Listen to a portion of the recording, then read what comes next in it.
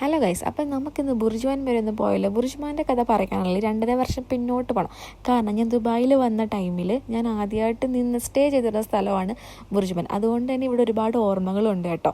ഞാൻ ദുബായിൽ വന്ന ആ ഒരു ടൈമിൽ, അതായത് നമ്മൾ ജോലിയൊക്കെ നോക്കി സ്ട്രഗിൾ ചെയ്യുന്നൊരു പീരീഡിൽ ഞാൻ നിന്ന സ്ഥലമാണ് നമ്മുടെ ബുർജുമാൻ എന്ന് പറയുന്നത്. അതിനുശേഷം ജോലിയൊക്കെ കിട്ടിയതിന് ശേഷം ഞാൻ കരാമിലേക്ക്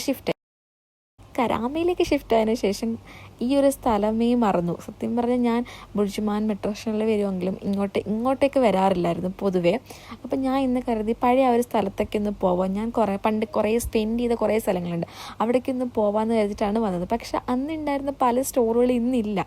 പകരം പുതിയ പുതിയ ഷോപ്പുകളും പുതിയ റെസ്റ്റോറൻറ്റ്സും ഒക്കെ അവിടെ വന്നിട്ടുണ്ട്. അതുമാത്രമല്ല, അന്ന് ഞാനിവിടെ നിന്നിരുന്ന സമയത്ത് കുറേ ബിൽഡിങ്സിൻ്റെ പണി നടക്കുമായിരുന്നു കേട്ടോ.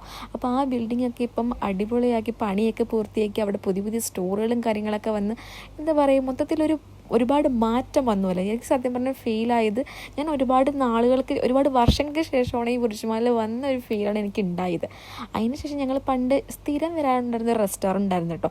അവിടെ പോയി ഒരു ഓർമ്മ പുതുക്കാനായി വന്ന പോലെ ഞാനൊരു കോഫിയൊക്കെ കുടിച്ചു. അതിനുശേഷം തിരിച്ച് കരാമിലേക്ക് തിരിച്ച് വന്ന വഴിക്കാണ് അവിടെ ഒരു കടയുടെ ഉദ്ഘാടനം ഉണ്ടായിരുന്നു. ഉദ്ഘാടനം നല്ല അറബിക് ഡാൻസൊക്കെ ഉണ്ടായിരുന്നു. അപ്പോൾ അത് കണ്ടുകൊണ്ട് ഇവിടെ നിന്ന് നമുക്ക് ജ്യൂസ് കിട്ടി കേട്ടോ. അപ്പോൾ അത്രയേ ഉള്ളൂ.